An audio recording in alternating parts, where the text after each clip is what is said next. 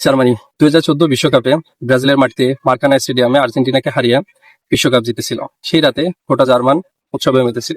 কিন্তু তারপর 2018 বিশ্বকাপে গ্রুপ পর্বে বিদায়, 2022 বিশ্বকাপেও একই ঘটনা।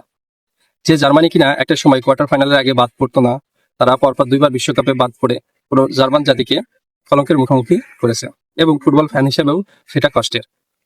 আজ আবারও 2026 বিশ্বকাপের প্রথম ম্যাচে জার্মানি ক্রোয়েশিয়ার বিপক্ষে মাঠে নামবে। আবারও সে ঘুরে ফিরে সেই পুরোনো প্রশ্নটাই আসতেছে, এই জার্মানি কি সত্যি বদলেছে, নাকি ইতিহাস আবারও তার পুনরাবৃত্তি ঘটাবে? 2014 সালে ব্রাজিলকে 7-1 গোলে গুড়িয়ে দিয়ে চ্যাম্পিয়ন হওয়া জার্মানি ছিল কৌশলগত আধিপত্যের প্রতীক। কিন্তু সেই জার্মান মেশিন ভেঙে গেছে। পরপর দুই বিশ্বকাপে গ্রুপ পর্ব থেকে বিদায় নেওয়ার ফলে জার্মানি সেই অজেয় ভাবমূর্তি নষ্ট হয়েছে। হান্সি ফ্লিকের ব্যর্থতার পরে নাগলসম্যানকে দায়িত্ব দেওয়া হয়েছিল। তার শুরুটা অতটা মসৃণ ছিল না, কিন্তু তিনি ধীরে ধীরে তার দলকে গুছিয়ে এনেছেন। 2024 ইউরোতে তিনি তার দলকে কোয়ার্টার ফাইনাল পর্যন্ত নিয়ে গেছেন। সেখানে চ্যাম্পিয়ন স্পেনের কাছে অতিরিক্ত সময়ে হেরে তার দলের বিদায় ঘটেছিল। কিন্তু এই কোয়ার্টার ফাইনাল পর্যন্ত যাওয়াটাই প্রমাণ করে জার্মানি ফিরতেছে। নাগলসম্যান তার 26 সদস্যের স্কোয়াড ঘোষণা করেছে মে মাসে। তার এই স্কোয়াডের একমাত্র চমক হচ্ছে ম্যানুয়েল নয়েরের কামব্যাক। 40 এই গোলকিপারের এটি পঞ্চম এবং শেষ বিশ্বকাপ।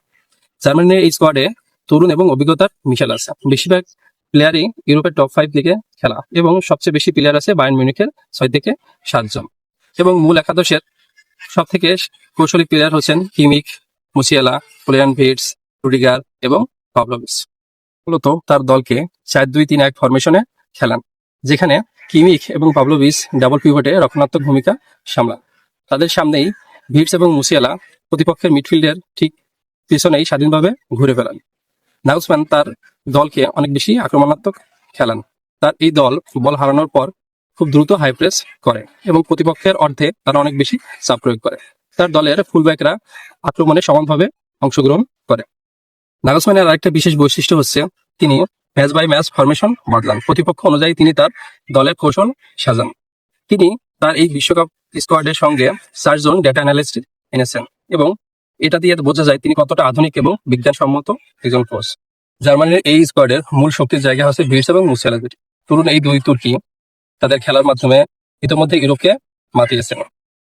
ভির্টস ইতিমধ্যে বিশ্বকাপের বাছাই পর্বের ম্যাচগুলোতে 20-এর অধিক সুযোগ তৈরি করেছেন এবং ডিরেক্ট কিছু গোলেও অবদান রেখেছেন। জার্মানির এই দলের আরেকটি শক্তির জায়গা হচ্ছে তাদের অভিজ্ঞতা। ভেটেরান কিমিক ইতিমধ্যে 100-র বেশি ম্যাচ খেলেছেন। এছাড়া রুডিগার, ম্যানুয়েল নয়ের থেকে শুরু করে আরো অনেক বেশি অভিজ্ঞ প্লেয়ার আছেন। কিমিকের সেট পিস এই দলের একটা উল্লেখযোগ্য বিষয়। তিনি ডান সাইড দিয়ে অনেক বেশি বল সাপ্লাই করেন, যেটা জার্মানির জয়ের ক্ষেত্রে ভূমিকা রাখতে পারে। এই স্কোয়াডের আরেকটা শক্তির জায়গা হচ্ছে ধারাবাহিকতা। বিশ্বকাপের বাছাই পর্বের 6 ম্যাচের মধ্যেই তারা 5টি ম্যাচে জয়লাভ করেছে, এবং এখানে 16 গোল দেওয়ার পাশাপাশি তারা মাত্র 3 গোল হজম করেছে। তার মানে বোঝা যায় জার্মানি ফিরতেছে। জার্মানির আরেকটা শক্তির জায়গা হচ্ছে তাদের আক্রমণ ভাগের কিছুটা ইমপ্রুভমেন্ট।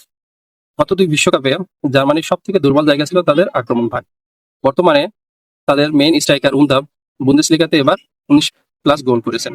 তার পাশাপাশি কাই হাভার্টস এবং বলডামেটও যথেষ্ট কার্যকর।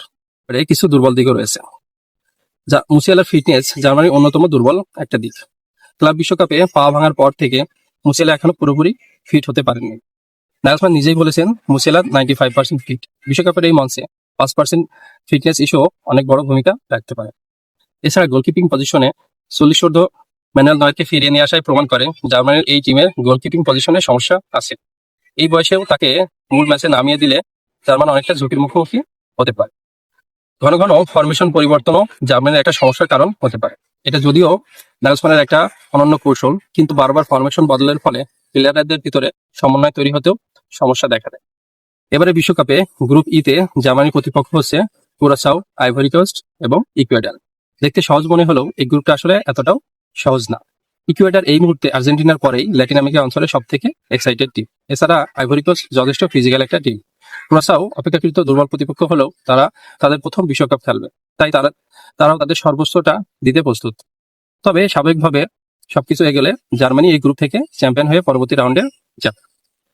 এবারে বিশ্বকাপে জার্মানি কোয়ার্টার ফাইনাল পর্যন্ত যাওয়ার সম্ভাবনা আছে।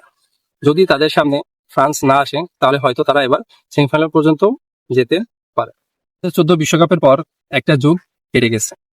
সেই ম্যানুয়েল নয়ার, টনি ক্রুজ এবং মুলারের সেই প্রজন্ম শেষ। এখন ফ্লোরিয়ান ভির্টজ, মুসিয়েলা এবং পাভলোভিচের প্রজন্ম, তারা কি পারবে জার্মানিকে আরেকটি শিরোপা এনে দিতে? সেটা সময় বলে দেবে। জার্মানি এবারে বিশ্বকাপে কতদূর যেতে পারে সেটা আপনারা অবশ্যই কমেন্টে